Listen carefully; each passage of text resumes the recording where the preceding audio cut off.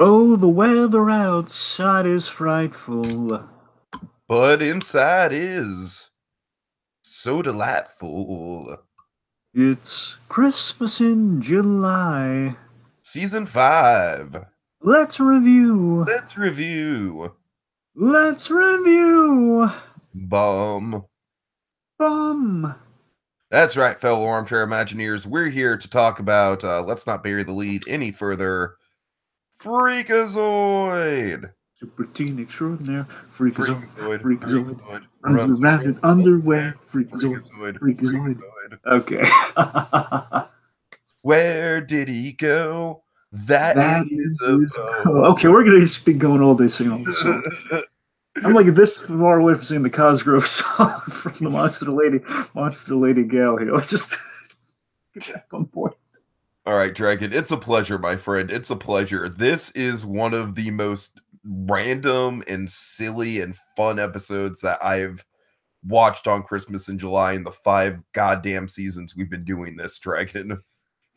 So, folks, famously, Tiki and I, we enjoy our Freakazoid to say the least. I got deep ties to Freakazoid, and one of the earliest things we did was talking about Freakazoid. So we have talked about technically.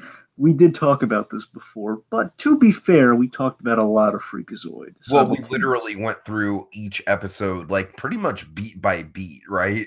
Essentially, yes. Essentially, we could do it again. Like, if you don't know someone after a podcast like that, Dragon, that was like the big test of our friendship. It's like, all right, we got through that. We're friends. Yep. Roughly, it was like 3 hours and like 58 minutes, or like 4 hours is one of those things. Like it was really close to 4 hours at this point. Anyway, so we're talking about In Arm's Way now. In Arm's Way. So again, this is very much it's definitely a Christmas episode of Freakazoid. Directed by Dan Reba, one of the Batman the Animated Series directors. Dan Reba is kind of the guy who brought kind of the fun villain dynamic and kind of the emotions within Batman. So he got a really good director for this. The writer was Ken Siegel. I'm not quite familiar with him off the top of my head, but I would imagine he was an Animaniacs writer turned on the Freakazoid or Tiny Toons or one of the other Amblin productions. Would be my guess. Maybe even Pinky the Brain. Not entirely sure, but the way this was packaged. So In Arm's Way, it's not going to really take us long, folks. But then again, it's Freakazoid, so who knows? You know what? This is going to take us longer than you think, Dragon, because each second is like packed with goofy goodness. That's true. And speaking of that, so Freakazoid, this is an episode from the first season. Now, Freakazoids, they keep it simple here, folks. Freakazoid had 2 seasons, not nearly enough, if you ask me, but it had 2 seasons. And we picked Revival. And we picked Freakazoid this Christmas in July. One, because we love it to pieces. Secondly, it's a short episode. I'm honestly surprised it's taken us this long to get to it. Well, again, mainly because we had talked about it already. But I mean, honestly, the thing that really clinches because this year was an anniversary of Freakazoid, and they did the big, the kind of the Freakazoid tribute this year with the makers of Freakazoid, the Freakathon. Was this year. So that's kind of the flame that lit this one in the kind of suggestion pile. So this was a season 1 episode that was packaged with another episode. Now, for life of me, I can't find. I have to look in the DVD to get confirmation on this one, which I didn't really have time for. But this was packaged with in the first season you had like a bunch of shorts. Like you had for example, the pilot of Freakazoid was like 3 different Freakazoid episodes, like 3 episodes.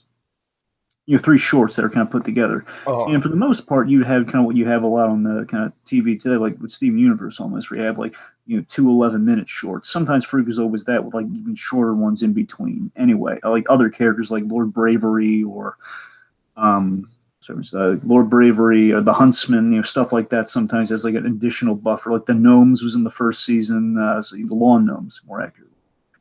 And this one was with a Loeb episode called "The Cloud," which honestly, there's kind of a mini tie-in. And of course, Dragon, that is the home to my personal favorite Freakazoid gag. Yes, and I got to tell you, it's one of the best deliveries.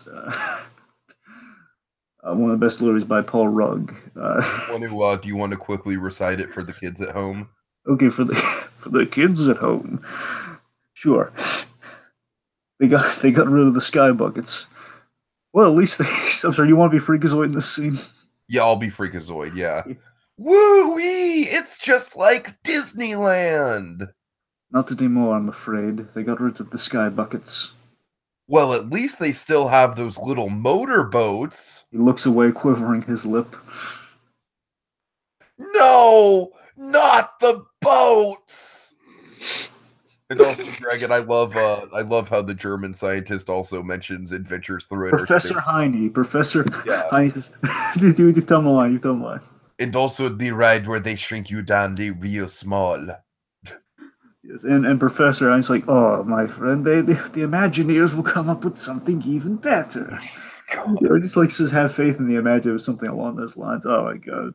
Okay, so anyway, so the point is that episode of The Cloud has that moment in it. And basically it kind of ties into like some Loeb stuff we have in this episode where Loeb is kind of like doing stuff globally, and it's kind of like another global Loeb adventure. It's not the cheese ray, but it's something close to that. It's the clown ray.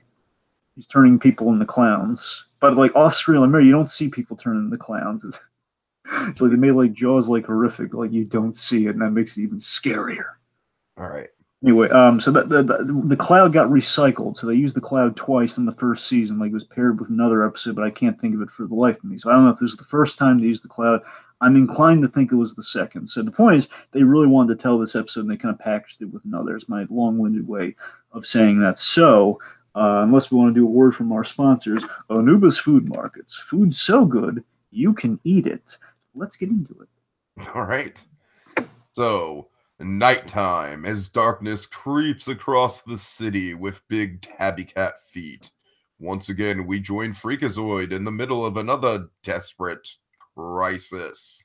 I love Joe Leahy, and I love they brought him back for the Freakathon, by the way. Oh, yeah. Oh, yeah. Yes. So, chalk it down, Dragon. Last minute Christmas shopping. Big Tiki, if we've ever needed last minute Christmas shopping as any trope in any episode in the history of Christmas, in the 5-year history to date of Christmas in July, this is the example of it. Yeah. So you're saying that this is like the picture in the dictionary. Yes, this exactly. This inside like Power Kid's little Webster-sized also, Dragon, I'm gonna save the root image for when we actually get to it. All right, I'm gonna reveal it. You're really drawing this line. I really hope it's worth it. Otherwise, I'm drawing out the root image, man. I'm drawing out. I don't want to be egg on our face. You bet. Okay. All right. Just trust us, folks. If you're just tuning in, it's Freakazoid we're talking about. It's not, Jack Skellington's just a placeholder. It's fine. Okay, so. Oh wow! Lincoln Logs are on sale. So Freakazoid's waited till the last minute to do his Christmas shopping, and there's a lot of people he has to shop so many people to shop for, and and Freakazoid throughout this episode is easily distracted by all these other potential gifts. So he sees Lincoln Logs, and by the way, I appreciate a good shout out for Lincoln Logs. By the way, I don't know about you, but Oh, Dragon, I have very, very, very fond memories of Lincoln Logs in my early childhood days. I do totally. Little fun fact: Lincoln Logs appear in Toy Story 2. Nice. Yeah, it's a little honeymoon cottage that Mr. and Mrs. Potato Head have in the beginning of Toy Story 2. Little fun fact. Okay, so why, as Joe Leahy wonderfully announces, while Freakazoid purchased the fine gift of Lincoln Logs.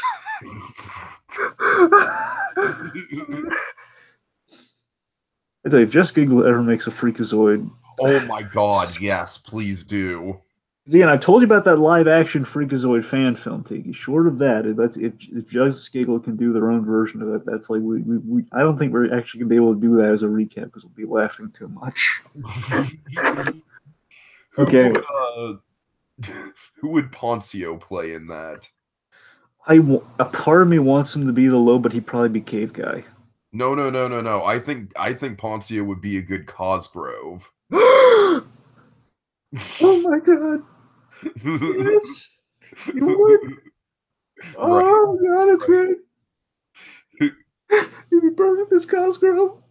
Oh my god. Okay, see, folks, this is I know exactly how to get Dragon wound up about Freakazoid. Okay. Anyway. All right. Okay. Anyway, we're getting that perfect visual out of my head. And I guess Joshua Thomas could be. If Joshua Thomas isn't Freakazoid, then he could be the Huntsman. No, Joshua Thomas has to be Freakazoid. Yeah, Stu, you're right. We tie the whole New Adventures of Batman, the Yeah, weird, that's what I'm saying. Yeah, yeah. the whole like when Joker turns slightly blue that season. Anyway, okay. Anyway, so we have a coffee clerk, an unsuspecting coffee clerk. He is greeted by a villain, but not just any villain. It's not the Lobe. It's not Cave Guy. It's not even Longhorn. Who is it, Tiki? It's Arms Akimbo. Yes. Oh my goodness. I love Arms Akimbo. He's a perfect one-off villain, I think. He's just All right, you know what, Dragon? I realize we're not going to get to the root image until halfway through the episode, so. Boop. That is the perfect root image. I will give you that. That is a perfect root image. Yeah, I probably just messed up by drawing it out too long. Yeah.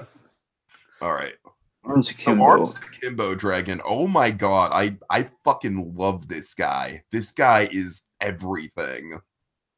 Yeah, he's great. He's like vaguely Edward G. Robinson-esque. I mean, he's not like the whole like the Looney Tunes love to kind of do parodies of like Edward G. Robinson, like the pronounced lips of the cigar, like nah, see nah. So he's like close. He's cut from like kind of the 40s gangster cloth, though, like the 30s even. Born in Brooklyn, Arms Akimbo was pushed into a young modeling career, which froze his arms in a jaunty pose.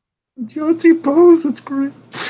I love that premise, Dragon. I love that Arms Akimbo. It's like he has this ridiculous ailment, the most silly thing in the world, but he uses it, man. He owns it. I love there's a bit of I love that while Arms Akimbo is quite possibly the silliest Freakazoid villain we have gotten. Quite possibly, seriously, if you think about it, he might be the silliest. I think he is.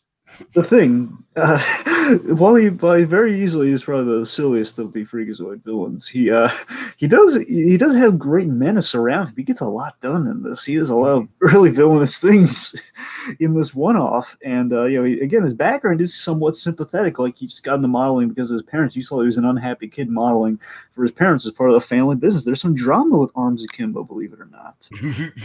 And kind of like a 60s. Akimbo is like he'd totally be the guy that I'd really want to see like realized in live action, and it'd be easy to realize him in live action.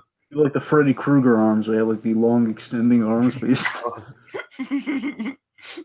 Anyway, but I seriously, I do love to have almost like a 60s Batman thing where it's like, well, they're actually drawing influence from Dick Tracy. Dick Tracy had the ridiculous villains for like gangsters.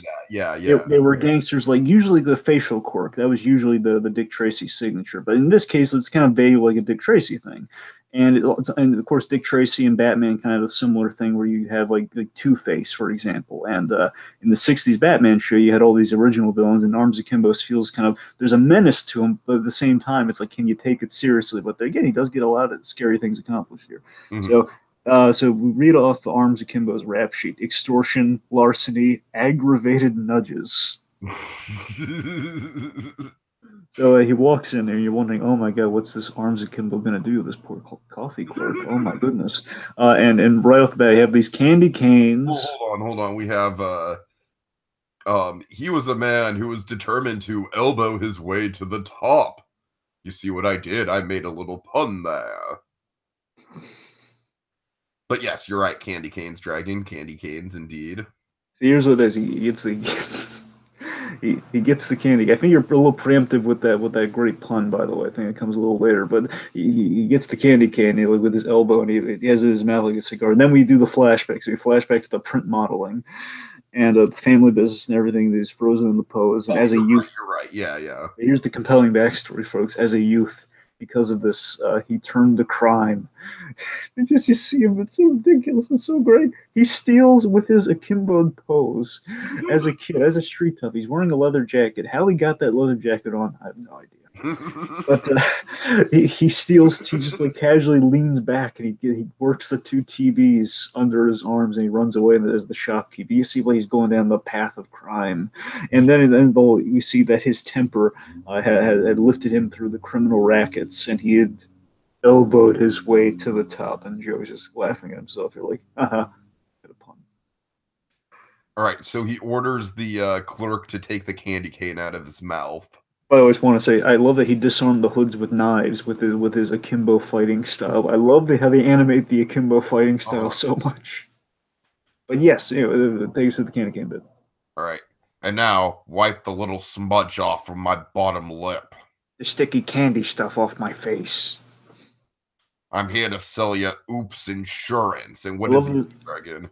I'm sorry, real quick. I love it. It has like a little piece of like napkin on his on his lip. After that, it's like a little realistic, funny touch. It says "Oops Insurance," and the old Oops Insurance racket it goes as such. It says "Oops Insurance." What does that mean? Basically, he knocks over this giant glass thing of coffee beans.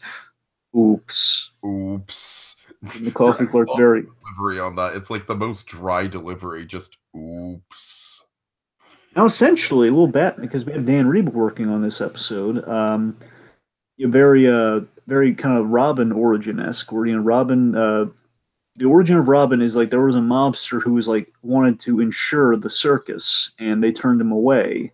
And of course, it was just like it was Tony Zuko. It was a very old school gangsters like thread, and then of course he cut the wires, and then well, the rest is history. Dragon, what I love about this is the most like streamlined, kid-friendly, and simplistic take on mobs I have ever seen, and I know, and I'm so enamored with it, Tiki. Revisiting it, I really am. I have when we get to the final thought, it's like, oh my god, I'm so blown away by it. So yes, I'll buy your insurance, please. I think it's Jeff Bennett doing the voice. Jeff Bennett, you did a number of voices in this one. Of course, the old pay for play contract of 3 voices per actor. So doesn't surprise me. You got another premium due next week. So, what does Joe the announcer pose to the audience, Tiki? Where is the hero who will end this villain's cheap reign of terror?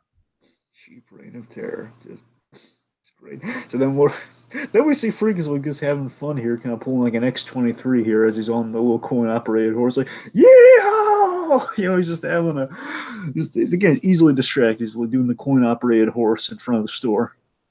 Then it cuts to another oops. We're at I love this location here. Again, I love we're using some familiar Freakazoid hangouts here. We're at Mike's hot dog stand. Where Mike the hot dog guy. Basically, when Freakazoid gets drunk and depressed, what he does is he goes to the Mike's hot dog stand, and he gets he drinks he basically drinks his weight in papaya juice and hot dogs. God. What he does when he wants to drown his sorrows, usually when he loses a sidekick. Continuity. So basically he knocks over this jar of mustard as like the whole Oops Insurance thing for Mike, and it looks like Mike's not bowing down to it. So Mike's getting annoyed by that. Meanwhile, speaking of annoying, Freakazoid. This is between me and the Jolly One. Freakazoid, you're too old. There's right in front. I believe this is Tress. I think it's Tress McNeil's little girl in front of this poor Santa Claus. So what happens? So, Dragon, he's got a dilemma, all right? He's got an important choice to make. Like, I think any man in this position would just rack their brain, and I would not envy any boyfriend being in the position to make this choice. I gotta be honest. I'd ask Santa, too. I won't fault him. All right, so what are the choices, Dragon? Okay, let's see. Let me get this right, because there are a lot of fun alternate choices later on here. So he's on Santa's lap in this hilarious pose that you see before you, folks. And he's asking Santa's advice on what to get Steph, his girlfriend. Perfume, or a summer sausage shaped like Austria. All right, now that's got to go in our product highlight reel, Dragon. Okay, so folks, while you're going to Anubis food markets, food's so good you can eat it. This Christmas and July holiday season, you've got to try a summer sausage shaped like Austria. I mean, you can go all over the place. You could find them in the shape of. Don't go for the Japanese sausage, man. Go for Austria, man. Get creative. Go where go to the origin of all the bratwurst, man.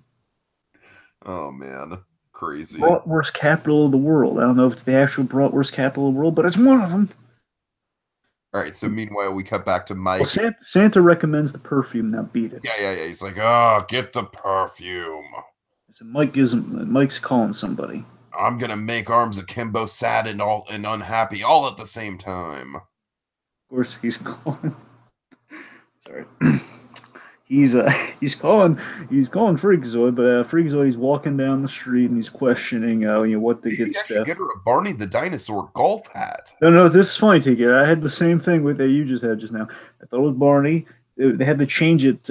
Even though we've seen a parody, Freakazoid turned into a parody of Barney once. They Okay. can't say Barney, but this was Bonnie, the dinosaur. Oh, Bonnie the dinosaur. Bonnie the dinosaur Gulf hat. Well, Dragon, my family actually ran a. I think I've told you this story before, but I'll tell it again. My family actually ran a costume store back in the day. Like it was. I remember. Yeah, it was a Halloween store slash pet store. Oddly enough. Sure. And we had a purple dinosaur costume, but it wasn't Barney. It was just a purple dinosaur. You know, it was like basically a knockoff Barney. And Dragon, the Barney people came down on us fucking hard. Really? Oh my god! No, you didn't tell me this part. Yeah, so they're not joking. Wow, do not mess with Barney. Yeah, no. Yeah, it was like it was. I'm pretty sure what it was. What the difference was that this one like was more scaly. It had like kind of spiked scales on the back. It was more of like a like more of a metal Barney. Yeah, well, I would describe it as kind of like Stegosaurus-esque. But, you know, just the purple dinosaur, you know, don't fuck with that. All right. And of course, I'm gonna go even deeper cuts than that. Oh man. Deeper cut than that? Deeper cut than like actual contact with the Barney company. Okay, maybe not that deep. I mean, with the Barney. Okay, actually, I'm gonna go saying like that's some podcast gold nuggets right there, Dragon. I'm gonna go. Well, fine. I'm gonna go really deep cut in terms of reference here. Okay. So we're talking about. So we're talking about the knockoffs of products of where again you can't use the actual thing. We have to get really close to it. You have to avoid the royalties and such. I'm thinking like it's Bonnie the Dinosaur Golf Hat. I'm thinking of like a Better Call Saul. Oh, here we go. Strap in, folks. Better Call Saul, Season 3, Episode 1. Watch it on Netflix. Mabel, where Chuck and Jimmy are reminiscing about the knockoff Daffy Duck nightlight. Yep. Semantics, just again, like it's that had like the bright red nose, right? The bright red bill. They couldn't get away with bill. They had to make it red. I was saying it reminds me of that. All right. So then we have a gag that Big Bob Pataki would greatly appreciate. Circa God. 90 fun, folks. Circa 90 fun. Where we have Freakazoid's beeper goes off as this. I believe this homeless woman is made voiced by Tress MacNeille. This woman is kind of making her way and she sees freaks. You tell him. Nah, why don't you tell him? His beeper goes off and it's in his suit, and he lifts him up as if he's been goosed or something. It's like he lifts up like 4 feet, like 8 feet in the air almost. It's like grabbing his butt, like and this one freaks out and she runs off and she topples over, and then Freakazoid says, "Don't worry, ma'am, it's my beeper. It's set on vibrate my bottom." My pager, it's set on vibrate my bottom. Uh-huh. God, it's funny. So, it's before Freakazoid can act on this. He's distracted yet again by what another product hitting. Oh God, just the thing for Cosgrove. And of course, Dragon, you and I, we go gaga for Cosgrove. Probably our favorite element of Freakazoid. Would you say? Yes, I love Cosgrove so much. All right, it's a 3-foot tall chocolate mousse with fudge eyes. Oh God, it's the fudge eyes. It's just. Wild Dragon, we get this hilarious cut of a live action building exploding like Die Hard style, and then just like, oops. Like the Cosgrove would trade his badge. We go from Cosgrove trading his badge for a chocolate mousse to a very horrific explosion. Oops. But what I love about this, Dragon, is that Arms Akimbo is genuinely getting more threatening as the episode. I know, they just keep amping it up. It's great. It's great. It's wonderful. A little fun fact about Cosgrove before I forget about it. I just love the story that they reveal like this year, even before the Freakathon. They're promoting it that Ed Asner, they gave Ed Asner the lines, and they asked him not to act the lines. So they told him do like a cold read on the lines, and that's what they use when they do Cosgrove. Literally, Ed Asner is giving such a great performance by not doing a thing, and it's great. Like Carl Fredricksen, that's an Academy Award-winning performance. Oh, sure. Or again, that's great. But by the same token, this is just this is comedy gold without acting at all. Just Ed Asner can do it standing on his head. Oh man. All right. So let's see. Getting back from the explosion, the live-action stock footage explosion, which is great. Again, we go from this villainy to holiday shenanigans to tchotchkes. I believe it's called tchotchkes. Mm-hmm. This department store tchotchkes, where we have some last-minute shopping going on here. Before Freakazoid realizes that he forgot all about Mike. Before he's about to leap back into action, he bumps into one of my favorites. He bumps into Loeb. The Loeb. Oh yeah, Loeb, voiced by one of my favorite actors. At the very least, though, if I needed one actor, Tiki, to tether my two great animated series loves, both Freakazoid and Batman the Animated Series, easily it is David Warner, the voice of Ra's al Ghul and the Loeb. And oh my god, I love David. Of course, many people remember David Warner as the scientist from Teenage Mutant Ninja Turtles: Secret of the Ooze, and the bad guy from Tron. He was the bad guy from Tron. So that's David Warner for the kiddies. What was the name of the bad guy from Tron? Don't. I used to know that. Don't throw that. This is gonna drive me nuts. Sark. It's Sark. Oh, it is Sark. Yeah. Okay, I wasn't that far off. I had something close. Or the Master Control program, if you. Well, that's the thing. I knew it was Master Control something. The Sark thing. Well, I think Sark is kind of like the big face villain, and then the Master Control program is kind of like the Emperor. So Sark is kind of like the Darth Vader. Right. Anyway, suppose it's David Warner. It's funny. I think I knew David Warner as the Loeb before I knew him as Ra's al Ghul, because Ra's al Ghul came into like season 3 of Batman, so it was like Anyway, so he bumps into the Loeb, this delightful villain, with this cart full of weapons like bombs and missiles, and it's great. And in this one, I love about the Loeb, and I love about the villains of Freak. So I love that it's almost like the Flash, but even better to an extent, where it's like there's a camaraderie with the Flash's villains. It's like a more serious and like, you love the Flash. In this case, with Freak, which is it's played just for laughs, and it's great.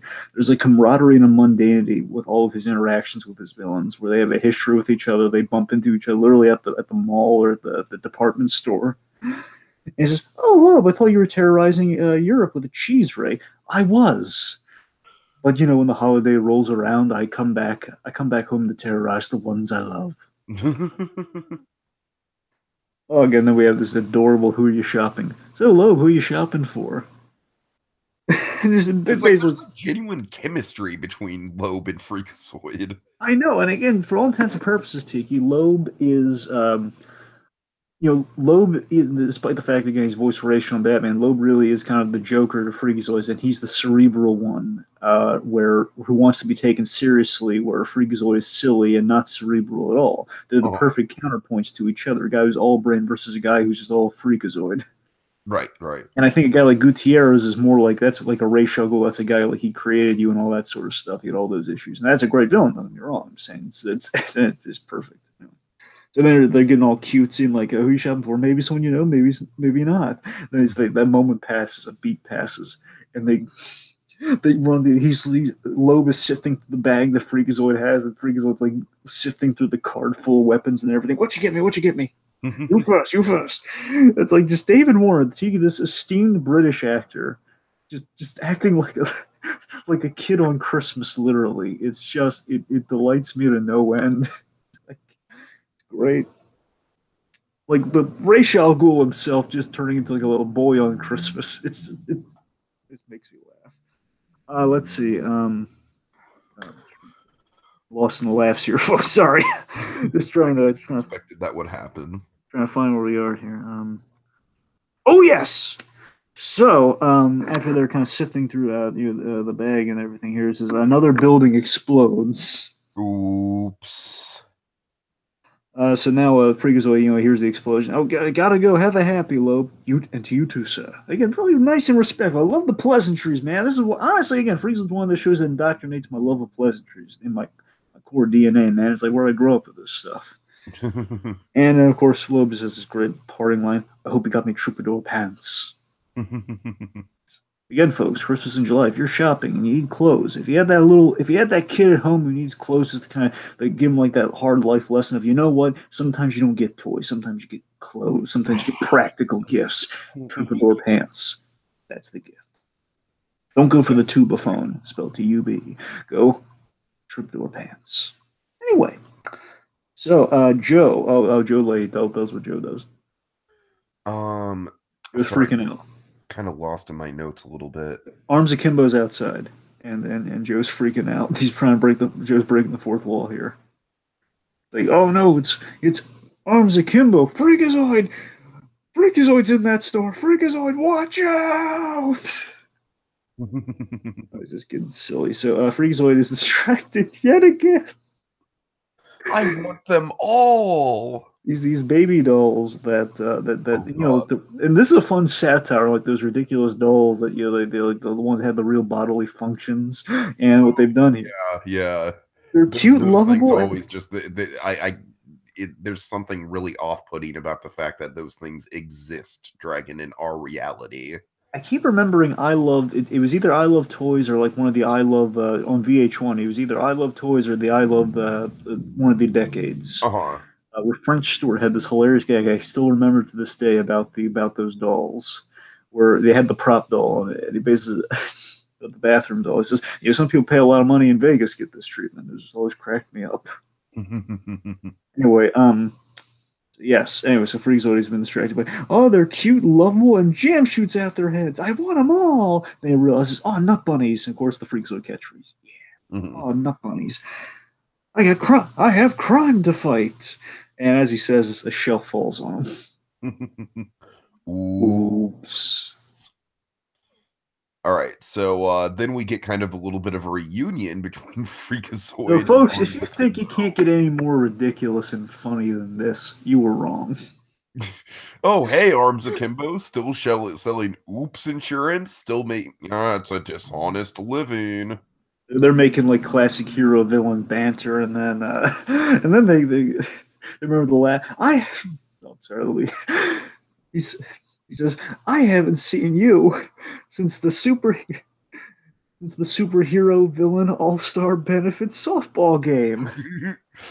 So, folks, honestly, mentioning that that's enough for me. But the Freakazoid, that's a show that delivers. They give you the whole package. It's not just you can't just in the 90s, folks. This is in 9 minutes. So in 9 minutes, we get like Arms Akimbo having like basically a an Alan Rickman Die Hard type terrorist plot. We have hilarious Freakazoid Christmas shopping. We have this great flashback. We have some good stuff with the Lobe. I gotta tell you, for a terrorist, he has a good jaunty pose about him, though. Well, of course. You need that. I mean he owns that pose, Dragon. He makes it work. A 40s mobster with a jaunty pose who has the capabilities of blowing up buildings on Christmas Eve. 2 buildings. And a hot dog stand. Well, he destroyed the hot dog stand, but the point still remains. Anyway, but yeah. Again, folks, they could have just said this, and it would have worked. It would have been funny in the ridiculous notion of it, but no. Freakazoid, they go the extra mile. I wish I was in the room when they pitched this, Tiki. I really do. I just want to hear like who pitches, if it was Ken Siegel or whoever. So we flash back to said superhero villain all-star. Oh my god, Dragon! This is going to be impossible to go through without cracking up. So, so everyone in softball uniforms, heroes and villains, again, the established heroes and villains. So again, I love that we never wasted, we never come up with villains like on the fly. We had pre-established. Again, all the Bruce Timm character models and character sheets were figured out, and they were used to their max. So Freakazoid, they're playing softball. Oh, I'm not making that up. They're playing softball. Freakazoid, he goes in for he runs to a base and he slides. I forget if it was home. I think he was trying to make the home run or whatnot, but he's just running to a base, and he slides in Arms Akimbo in the uniform and with the glove on his elbow. I love how they animate. I can't get over the animation on the elbows. How they made it work. They did it like he's defeating guys with knives, and he's stealing TVs, and he's got a glove on. It's great. So he basically, I love this. I love you, the audience member, can make an educated call. Freakazoid, in my opinion, Freakazoid is clearly safe because he touched the base and Oh then God, Dragon, I don't know enough about sports. Please don't ask me sports questions. I can't. It's not even a sports question. It's just like, dude, the fact of the matter is, like, did he touch the base before he got tagged with the ball? It's not even sports. It's Dragon, just like I said, I'd have to rewatch. well, to me at least, I read it as this is how I read it. As Freakazoid was clearly safe, as Freakazoid said, he was safe. Arms Akimbo has held the position. It's like a gate of some kind of like the whole like it happened this way. No, what happened that way? Where Freakazoid was clearly safe, and basically the villains, because they're villains, it makes all sense in the world. The villains would gang up on Freakazoid and side with their own team, or they say, "No, you." Cave guy wanders. Loeb says, "You were out, Freakazoid." Then Freakazoid. And Cave Guy wanders by, the wonderful Jeff Bennett. In his third role, I think, he comes by and says, Freakazoid, you are out by a country mile. And it's just the dishonesty among villains here. They're all ganging up on Freakazoid. Again, to me, he was clearly safe. I'm not even a baseball guy. It just seems like he's safe. Anyway, so then the Huntsman. Again, I love they made the Huntsman of all characters. The Huntsman is maybe my favorite Freakazoid side character. I stand corrected. He was the third Jeff Bennett voice, because here's what they had. You had the Mike is Jeff Bennett, Cave Guy is Jeff Bennett, and wonderfully the Huntsman is Jeff Bennett. Oh man! So the Huntsman is serving the role as a referee, which I think is very appropriate because he's not quite a hero. He wants to be a hero, but that's the whole gag, is that he's not really a hero. He's kind of like an unemployed hero. That's the thing. He's always like the Huntsman. He's always on call. It's like, imagine if Batman just imagine this. Imagine if you took the Batman and Bruce Wayne from Batman Returns, and what if that was all you saw of him? He's just sitting in that manor, and he's just waiting for that signal to turn on. Otherwise, he just does not know what to do with himself. He's just waiting. He's just like, he's like begging. Imagine the more pathetic version as he's going to Commissioner Gordon saying, "So, Jim, got anything for me?" "No, Batman, I don't have anything for you." "Are you sure? I mean, how's security at Arkham looking?" "Fine, last time I checked." He's looking at the newspaper, not mine, looking down at all. "Okay, well, yes, I know the bat signal or the bat phone. We're all covered there. I'll see you around. We're still on for coffee, New Year's, right? Of course. See you then." All right. As Gordon just shaking his head like, "Oh, you're better than that." Anyway, so the Huntsman, he dramatically says that he turned away to have some berry water, and he missed the play. Oh, darn the luck! So, by the way, it always entertained me that Jeff Bennett, he pulled, a lot of times voice actors will use kind of altered impressions for characters. They'll make an impression into a character, and that's what he did with the Huntsman. He turned Charlton Heston into the Huntsman. He used like the whole "get your hands off me, you are dirty apes." Use that as the Huntsman of like, "I turned away for berry water, and I missed the play." And I love the shame of which, like, again, the one time it could have been heroic and safe, because I was like, we established that. Tika, they call this back hilariously, by the way, in the Godfather episode in season 2, one of my favorites. At the end, Cosgrove has the meat that you put into the food dehydrator, and the Huntsman has berry water. He got his berry water. Man. You know what that means, Tika? That means he needs his berry water. Wow. All right. That Huntsman. Good job, Dragon. Good job. I bet you were waiting all day to say that. That Huntsman, Tiki, he needs his berry water. So, of course, the line that Tiki and I quote all. You're so proud of yourself. Okay, but in all seriousness, though, we get the line that we love from the Huntsman more than any line. One of the lines we quote most from Freakazoid is "Darn the luck." Darn the luck. Anyway, so they're all arguing. Meanwhile, back to the actual plot. So again, all of that, folks, that really did happen. It's within like probably less than a minute of the episode, right? Maybe a minute change at the most. At the most. So the two begin the fight, and they would have some good bantering comedy about I just love this. I love it. We're making like doing a satire on the superhero. You want to know why? You want to know why? Guys like you don't bother me in the least. You know why? Then of course, they're all that. Sure, it's funny.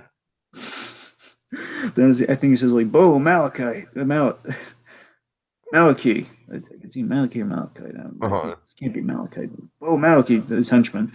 With blackjacks, by the way, and I love it. See, they can't use guns, so they have to use again knives or blackjacks.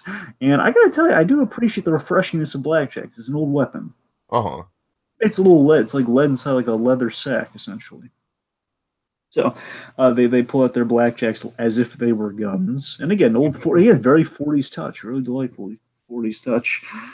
Um, they're coming at Freakazoid from both sides, and Freakazoid breaks the fourth wall here, and he says, I make "Hey." it look easy. Well, before that, though, he says, "Hey, kids, watch this. Duck." He basically gives them the tip of, if you're ever in a situation, do this. And he ducks. Says, "I just make it look easy." Mhm. Let's see. So then, Freakazoid and Akimbo. Oh my god. This is the thing that I remembered most about Arms Akimbo from my childhood is the circle dance. So they do like, I think it's like a square dance or something. Like he grabs Akimbo, he says, "Swing your partner around and around, howdy partner." And it says, "What is this, hee-haw?" Then they're doing the music and the whole do-si-do and the whole thing. You toss him in the aisle with the coffee mugs. And that's how he defeats him. He throws him in the aisle with the coffee mug, the Christmas coffee mugs. Of course. And then Cosgrove arrives, the real star. Of course, yeah.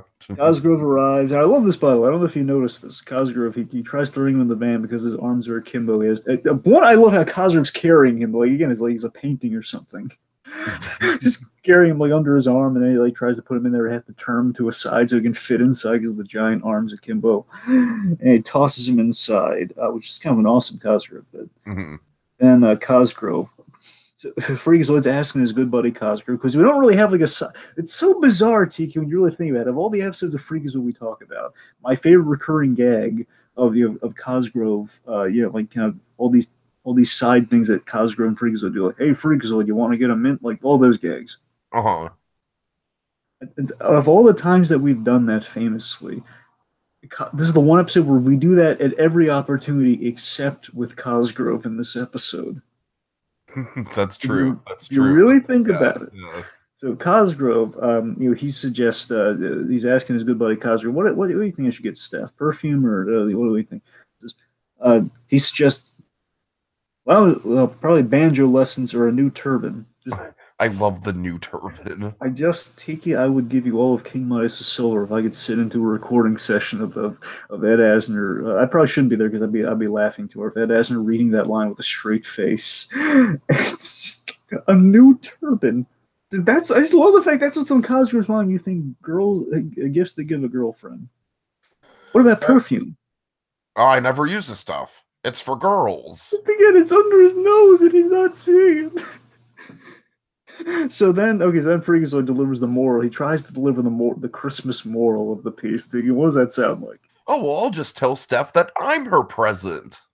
Then Cosgrove makes, again, for any man in the world there, that's obviously it's a horrible idea. And Cosgrove sets him straight. But even Cosgrove has to come to here. Says, "You know what? On second thought, get her the perfume." Yeah, I think you're right. Then after that, we get a brief musical interlude with Freakazoid playing a very bad version of Jingle Bells. The recurring gag that Freakazoid cannot play the piano to save his life. He's no Bugs Bunny, after all. And there we go. Dragon, I'll get to my final thoughts quickly so you can go on your little soliloquy I'm sure you have prepared. Yeah, I absolutely love this one, Dragon. I think it very much fits in with the best of Christmas in July's that we've covered. I think it's silly. It's off the wall. It's expertly paced. It packs in a lot of good Christmas tropes. It's got some fun product ideas. It's got one of my favorite cartoon villains, the one-off cartoon villains, I should say. And just overall, it's just a pleasure to return to Freakazoid. Oh yeah, I could go back to Freakazoid all day. I remember I marathoned the whole series when that Freakathon happened a few months ago. So this episode, folks, it economizes the story so much and so well. I mean, it happens to be Christmas, but at the same time, it drives the story and is the setting.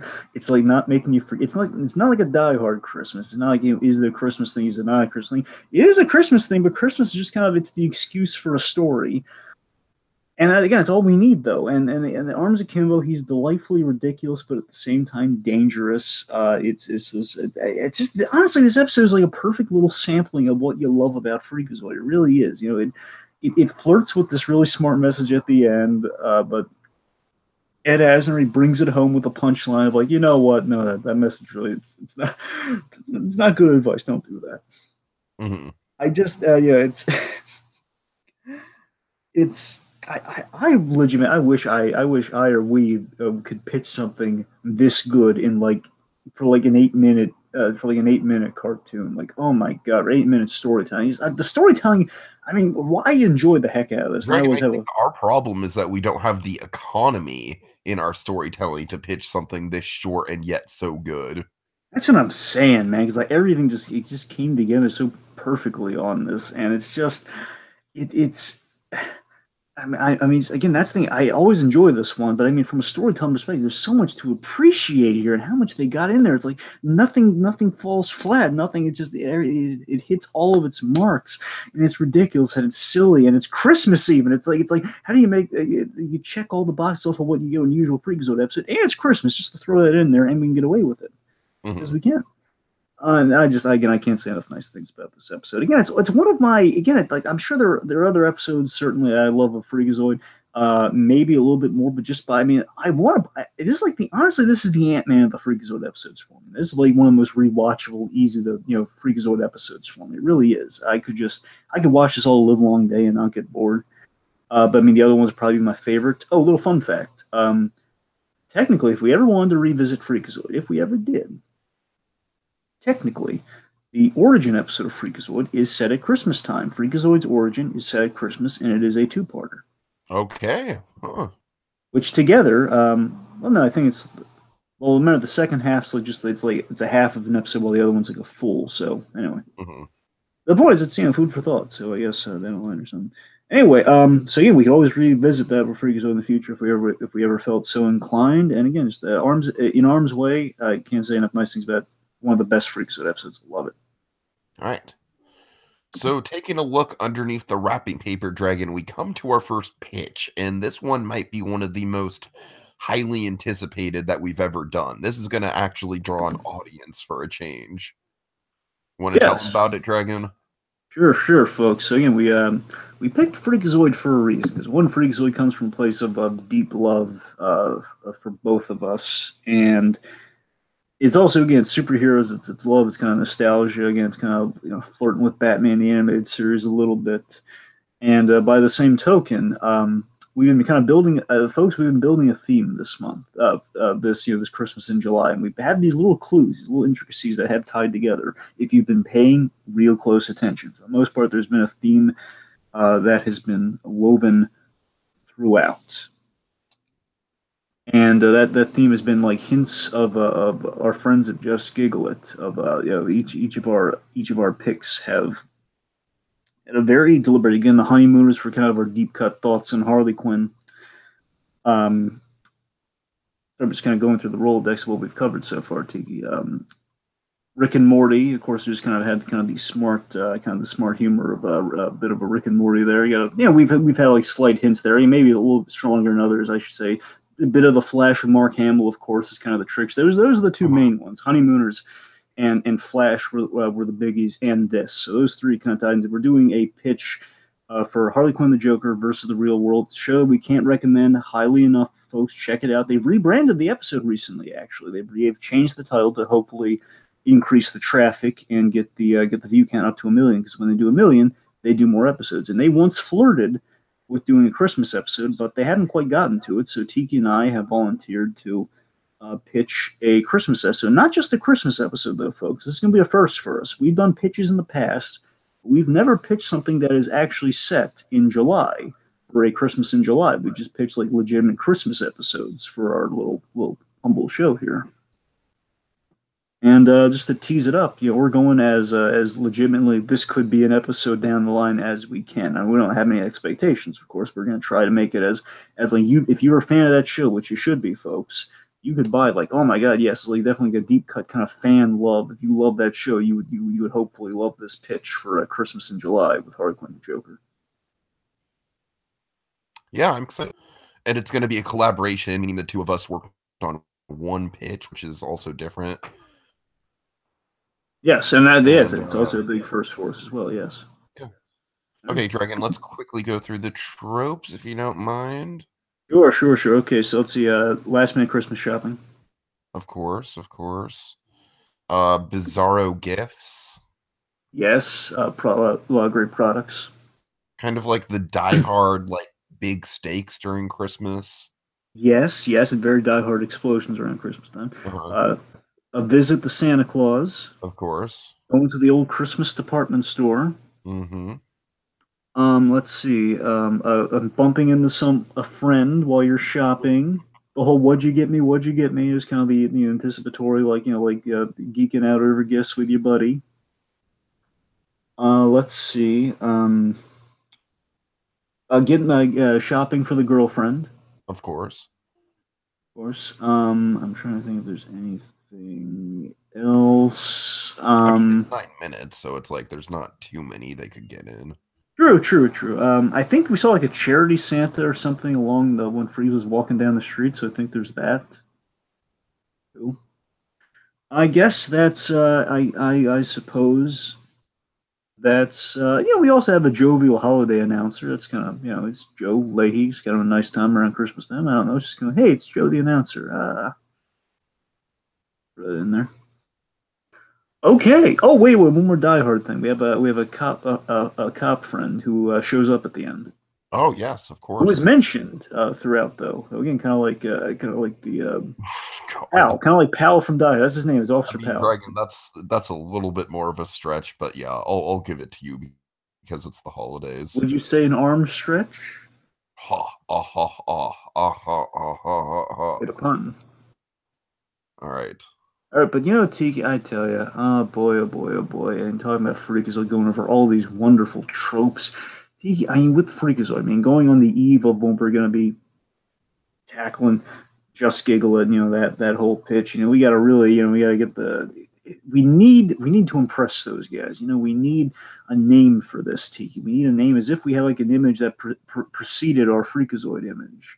That just kind of communicate exactly what we're looking for. If only we had something that could explain this process of you sitting down, chatting about it, and recapping all these wonderful little moments from such a good holiday installment, and just like recounting all like the little checklist of yep, we got that moment, we've seen that in all these other Christmas episodes. Just they're mounting and piling up, and I just feel, I mean, we're the guys who did like a 4 hour thing on Freakazoid, going through every episode. You mean to tell me after all of that, after 5 seasons, 5 years, like that's the length of time Oliver Queen's been on that freaking island, and we can't come up again, our second pass of Freakazoid, we can't come up with a name for those holiday tropes. It kills me that we haven't come up with a name for this process, this vaguely scientific yet seasonal process. Tiki, if only I wish. I mean, Tiki, can you bring this home, man? Can you give us a Christmas miracle